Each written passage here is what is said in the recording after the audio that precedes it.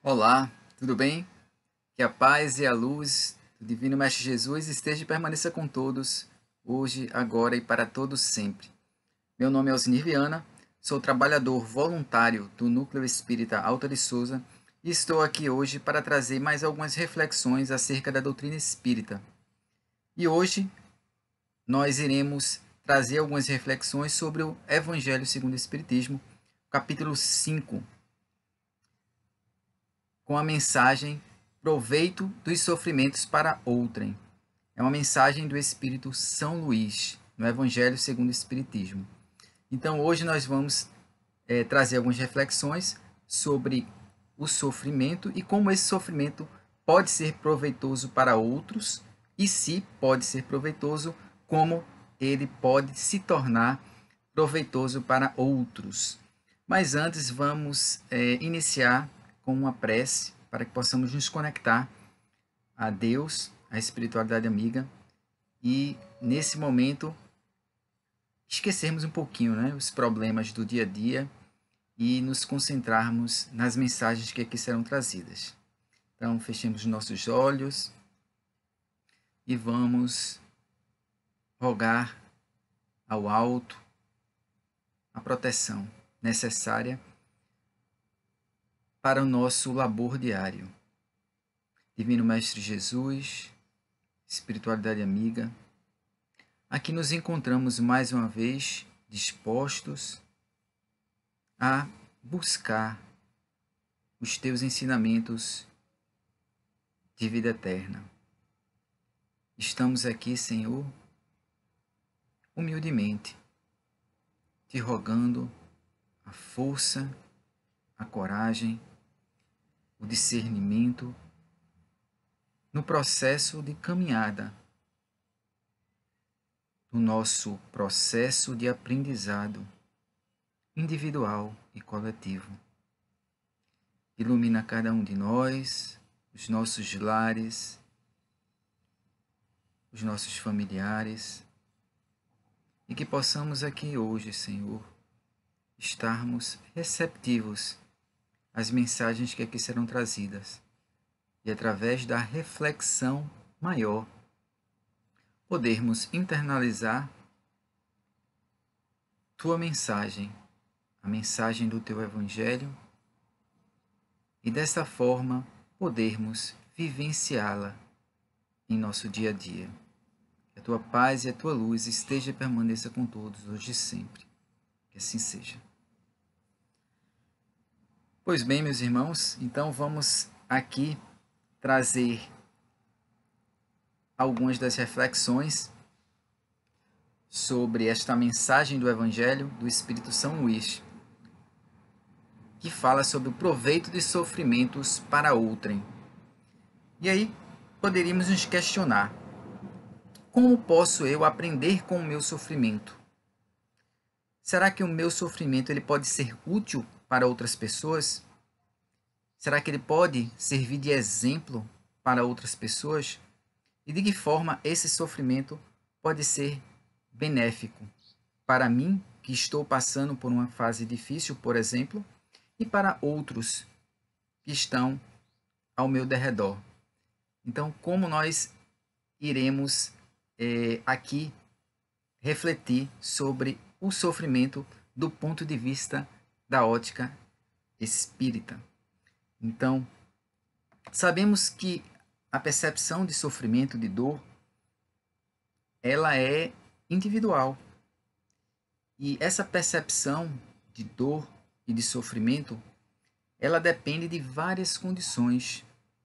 Condições da nossa bagagem espiritual, condições sociais do momento, econômicas, emocionais, físicas e espirituais. Porque quando nós compreendemos que a definição atual de saúde é que ela é um completo bem-estar físico, mental, emocional, social e espiritual, nós compreendemos que o conjunto de todos esses fatores contribuem para o nosso bem-estar e a nossa saúde. E quando nós sofremos ou estamos passando por um processo de doença, de adoecimento ou de sofrimento, nós estamos com um desses aspectos, ou mais de um desses aspectos, influenciando na nossa vida. Nós somos um ser integral e, a partir do momento que nós temos uma visão ampliada, e o que a doutrina espírita nos fornece bem, através da sua vasta literatura sobre o mundo espiritual e sobre a nossa condição como espíritos imortais, nós ampliamos o nosso campo de visão. Nós começamos a ter uma análise, uma percepção, muitas vezes diferente de outros que são mais materialistas e que não acreditam em vida após a morte, que não acreditam na existência do espírito e que seus conhecimentos ficam mais voltados para os fundamentos e o conhecimento material, especificamente. Então, meus irmãos, cada um de nós, ao longo de nossa trajetória aqui na Terra, passaremos por processos de provação, por dificuldades menores, maiores, por dores, por perdas, por frustrações de diversas naturezas, que fazem parte dos espinhos da nossa caminhada aqui na Terra. Então, existem pessoas que têm uma percepção de dor diferente de outras pessoas. Algumas pessoas conseguem ter uma resiliência maior do que outras. Algumas pessoas conseguem enfrentar de forma mais pacífica, mais resignada e mais tranquila as dores e os sofrimentos do que outras pessoas. E aí vem que o processo de enfrentamento também é diferente de um indivíduo para outro. Como o indivíduo encara essa realidade, como o indivíduo enfrenta esse processo de adoecimento, ou de sofrimento, ou de dor, vai em função do seu conhecimento, vai em função do seu arcabouço espiritual conquistado, não aqui só nessa existência, mas ao longo de todas as existências. Então, algumas pessoas conseguem ter um enfrentamento maior e passam por o processo de dor e de sofrimento de forma a compreender, a assimilar e a vivenciar esse processo de dor não como uma punição de Deus, que Deus não pune segundo a doutrina espírita, mas sim como um processo de aprendizado, onde Deus nos coloca a oportunidade, muitas vezes, do resgate, a oportunidade de aprendermos com essa dificuldade e evoluirmos, não é mesmo? Então, quando nós temos o conhecimento, não só ter, mas compreender o conhecimento espírita, ou o conhecimento espiritual da situação, e quando nós temos a fé, olha só a palavra fé, não só acreditar, mas ter a certeza da vida futura, ter a certeza que existe, além da matéria, o espírito. Que nós somos seres imortais, que a vida não acaba após a morte. E nesse processo de espiritualidade, que não é só exclusivo dos espíritas, então qualquer ser humano pode trabalhar a sua espiritualidade em diversas religiões, ou até algumas pessoas não religiosas trabalham a espiritualidade de formas diferentes muitas vezes. Então nós que somos espíritas, isso torna importante irmos trabalhando lentamente a nossa espiritualidade. E não sou eu quem diz, né, que a espiritualidade ela auxilia no processo de enfrentamento a processos de dor e de sofrimento. Diversos artigos científicos em todo o mundo foram publicados e reforçam que pessoas que trabalham a espiritualidade, que internalizam essa espiritualidade, que vivenciam essa espiritualidade, possuem um enfrentamento mais resiliente e mais efetivo do que pessoas que não possuem nenhum tipo de espiritualidade.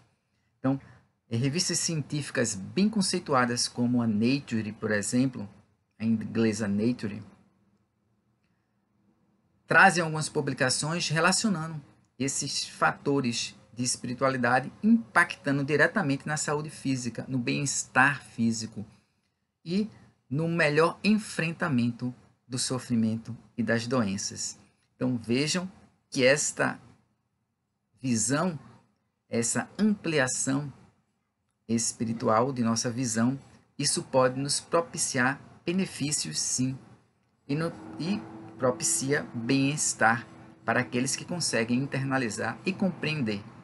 E no nosso caso, nós espíritas, nós trabalhamos o Evangelho do Cristo, o Evangelho de Jesus, como uma filosofia de vida. E em sua mensagem de amor e de verdade, o Cristo nos traz belíssimas lições de como devemos vivenciar a nossa vida da melhor forma possível. Lembrando que ele disse que vinde a mim todos vós que sofreis, estáis fatigados, e eu vos aliviarei. Tomai sobre vós o meu jugo e aprendei comigo, que sou manso e humilde de coração. E encontrareis repouso para vossas almas, pois é suave o meu jugo e leve o meu fardo.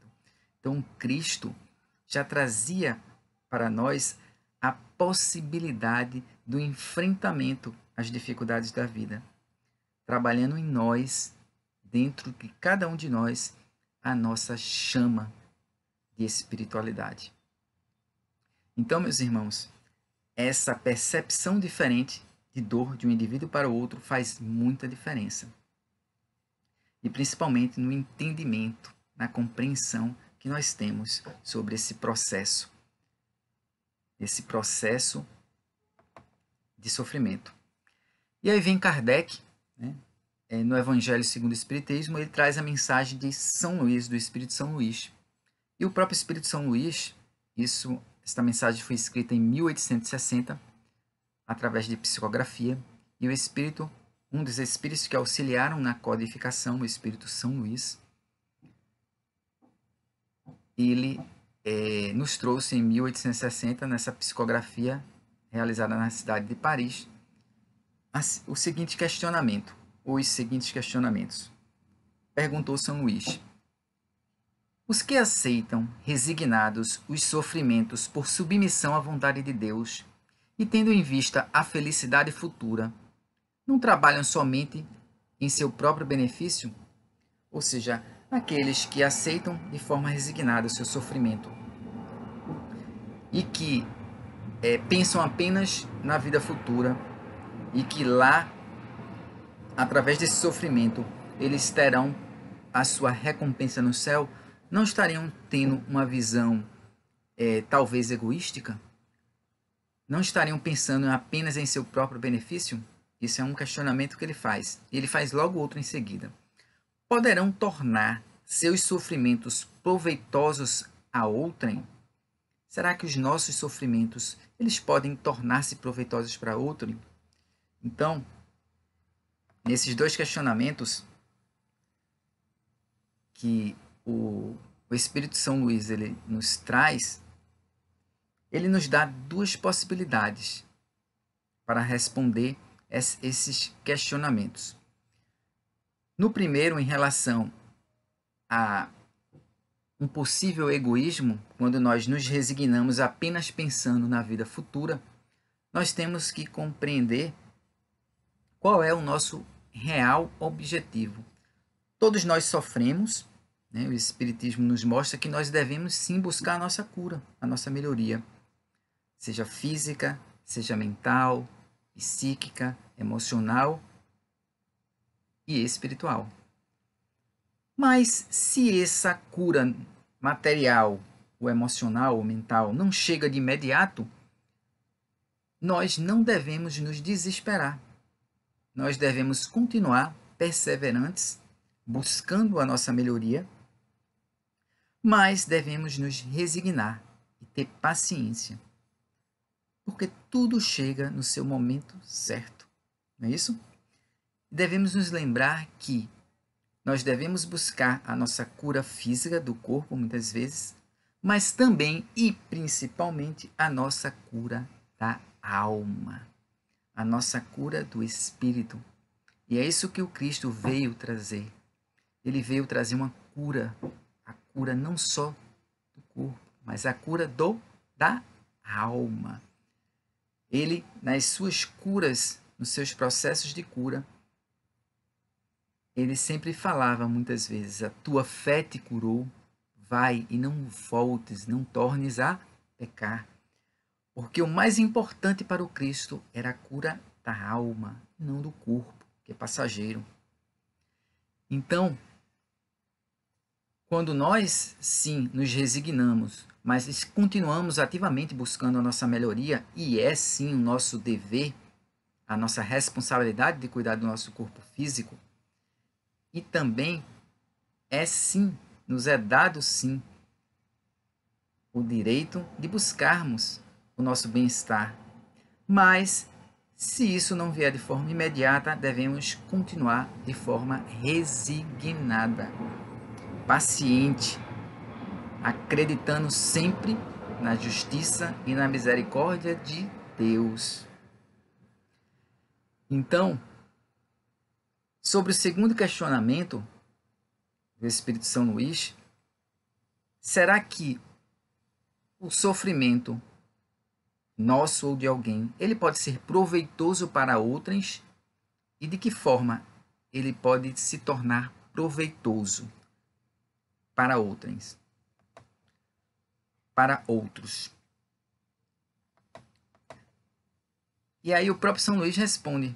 Ele disse que através de duas formas, de duas maneiras, esses sofrimentos podem ser proveitosos para outras pessoas. Quais são essas duas maneiras? Quais são essas duas formas de tornar o sofrimento proveitoso para outras pessoas? Como eu posso conseguir isso? Ele fala que a primeira forma é a forma material, quando através do trabalho, através de privações, através de sacrifícios mesmo, que o indivíduo se impõe, ele contribui para o bem-estar material do próximo, do semelhante. Olha que interessante. Então, tem duas formas. A primeira, de tornarmos o nosso sofrimento, ou o sofrimento de alguém, proveitoso para outrem, é se, através do nosso esforço, através do nosso trabalho, da nossa dedicação, das nossas privações, do nosso sacrifício, nós auxiliarmos alguém. Mas como assim? Vamos deixar aqui um pouco mais claro. Temos vários exemplos dessa natureza. Por exemplo, uma mãe que se priva do próprio alimento para alimentar o filho. Então ela está se sacrificando para o benefício do filho. Ou quem dizer até de outras pessoas que não são pais ou mães, que se sacrificam muitas vezes, se submetem a algumas privações para aliviar o sofrimento dos seus semelhantes.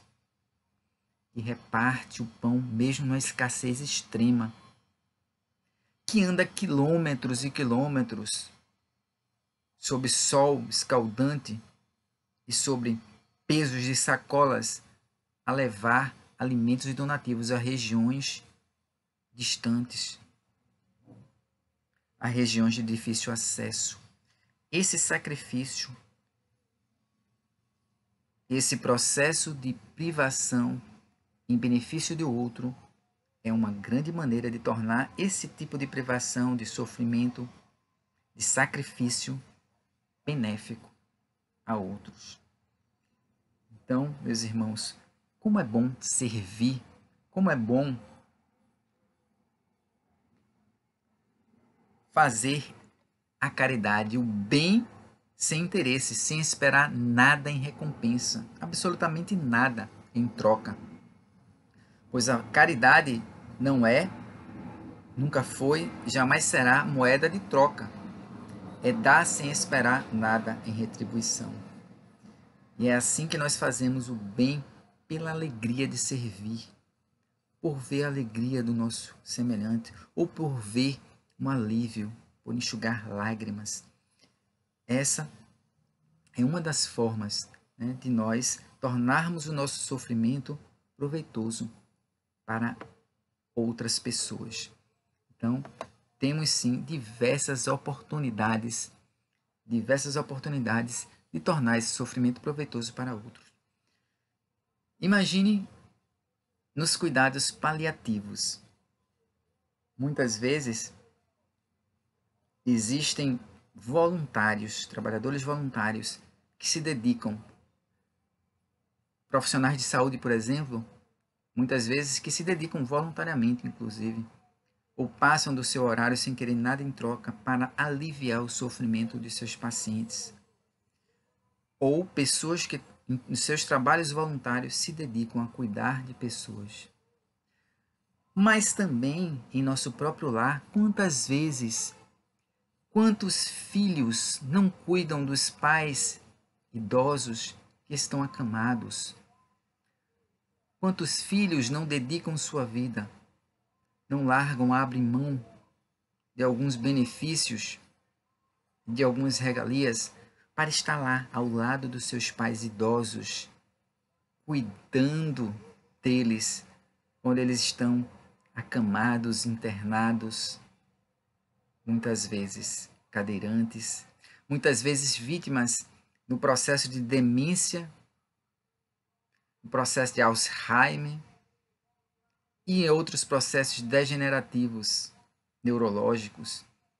E aí, os filhos cuidam dos pais idosos, trocam suas fraldas como faziam conosco quando éramos crianças, dão banho nos seus pais diariamente, cuidadosamente, cuidando com carinho e amor, que é um processo de sacrifício, sim, mas é uma bênção, meus irmãos, que bênção que Deus envia. Que bênção é a oportunidade de cuidar dos nossos pais, que possamos nos alegrar, porque é uma oportunidade sublime que nós temos, que Deus nos coloca nas mãos, que é benéfica não só para os nossos pais, nesse processo de sofrimento e muitas vezes de resgate mútuo de filhos e pais, mas que beneficia também a nós, filhos, que cuidamos dos nossos pais, nesse processo de amorosidade, de amor sublime, processo de cuidar. Muitas vezes misturado com lágrimas, com sorrisos, estamos lá cuidando deles. Então que possamos nos sentir gratos, agradecidos a Deus pela oportunidade, pela alegria de estar com nossos pais, de poder cuidar de nossos pais. É uma oportunidade sublime que Deus coloca em nosso caminho, em nossas mãos. Então, muitas vezes é necessário esse sacrifício, é necessário abrir mão de algumas coisas. Não é verdade? É necessário nos doarmos, nos privarmos de algumas coisas que trarão bem, alívio, bem-estar para os que estão próximos aos outros, a outrem. Então, meus irmãos, esse é um dos exemplos, né, de que podemos utilizar esse sofrimento, essas privações, essas dificuldades para o benefício de outras pessoas. E um segundo exemplo que o sofrimento pode ser benéfico para outros é a resignação. quando nos resignamos, quando nos submetemos às leis de Deus de forma resignada, nós podemos servir de exemplo para o nosso semelhante. Quantos que não sofrem, padecem dores e dificuldades extremas, mas estão felizes, resignados e ainda agradecendo a Deus e ainda trazendo mensagens de alegria, de conforto e de esperança, apesar de todo o sofrimento. Quem de vocês ou quem de nós não conheceu pessoas assim? Que apesar de todo o sofrimento, toda a dificuldade, eram fontes de alegria, de bondade, de mensagens consoladoras, de mensagens de otimismo, mesmo passando e padecendo grandes dificuldades. Me lembro que conheci um senhor há mais de 30 anos, uns 30 anos aproximadamente, quando eu tinha uns 11 a 12 anos, minha mãe levava para fazer visitas assistenciais, visitas a hospitais. E como é importante os pais levarem os filhos, dando o exemplo. A melhor forma de educarmos os nossos filhos a valores morais e eternos é através do exemplo. Nada melhor que o exemplo. Levando também, claro, os nossos filhos para a evangelização espírita, para as juventudes, nesse processo de educação da alma que nós pais somos responsáveis pelos filhos que Deus colocou em nossas mãos, mas também através dos exemplos práticos, através daqueles momentos que são únicos. Então, lembro que minha mãe me levava entre 11 e 12 anos para visita a hospitais, e até hoje eu me recordo, no Hospital da Miroeira, pacientes com hanseníase, em estados graves, eu me lembro de um homem que ele não tinha nem os membros superiores, nem os membros inferiores, era cego, ficava numa maca, mas era sempre sorridente, alegre, feliz. E todas as vezes que eu o visitava com minha mãe e com outras pessoas do centro espírita, ele estava cantando, alegre, sempre passando uma mensagem não só de resignação, mas de esperança, de resiliência, de confiança e de fé. E eu me lembro que durante a minha trajetória aqui na Terra, em vários momentos que eu passei por dificuldades, por sofrimentos, em momentos de tristeza, eu me recordava desse Senhor. E isso me fortalecia, porque eu me lembro, apesar de toda a dificuldade, de não enxergar, de não poder andar, de não ter os braços, mas ele era sempre alegre, sempre feliz, sempre confiante. Isso me fez também me fortalecer emocionalmente e também me trazer resiliência. Então vejam como um exemplo de resignação pode ser benéfica para outras pessoas, assim como foi para mim. Então, muitas vezes, quando nós damos o exemplo de resignação, muitas pessoas que estão ao nosso redor, elas percebem e muitas assimilam a lição. Assimilam a lição de resiliência, de resignação, de fé e de coragem. Então, esse é um segundo exemplo que pode sim ser utilizado como um exemplo benéfico de um sofrimento para outras pessoas. E aí Emmanuel, ele fala sobre o sofrimento. E ele nos diz assim: somos espíritos doentes, em laboriosa restauração, devido aos débitos contraídos no passado. Todos somos enfermos, pedindo alta. Todos nós somos enfermos. Todos nós passamos por processos de padecimento, de dificuldades, de sofrimento.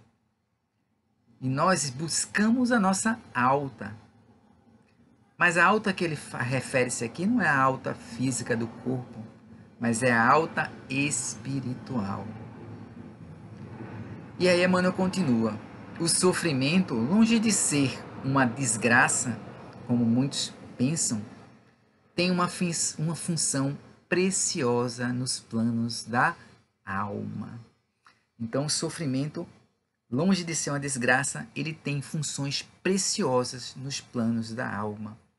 É através desse processo de burilamento que, se nós soubermos passar bem por isso, nós estamos pulando uma etapa. Nós estamos galgando um degrau importantíssimo no nosso processo de desenvolvimento evolutivo. E aí um outro espírito, o espírito de Joana de Ângeli, ela traz uma mensagem cujo título é Dores e Bênção. Dores e Bênção, de Joana de Ângeli. E aí eu recortei um trechinho apenas dessa mensagem, que é belíssima, que diz assim: agradece a dor que te punge, o corpo e a alma, pois ela é uma bênção de Deus para o teu processo evolutivo. Que seria do metal se não permitisse que a ardência do fogo lhe desse maleabilidade? Então, agradece a Deus pelo sofrimento que te punge o corpo e a alma, pois essa dor é uma bênção de Deus no teu processo evolutivo. E ela diz: o que seria do metal se não fosse o fogo, a ardência do fogo, que o torna maleável e possibilita moldarmos o metal para um instrumento de bem, de benefício, tornando-se útil para outros. E Joana continua: nunca, nunca, pois, te rebeles contra a dor. Nunca. Ela é a benfeitora desconhecida no processo de evolução dos seres. Então, meus irmãos, que possamos ter a certeza nessa verdade imutável, que é a justiça e a misericórdia de Deus.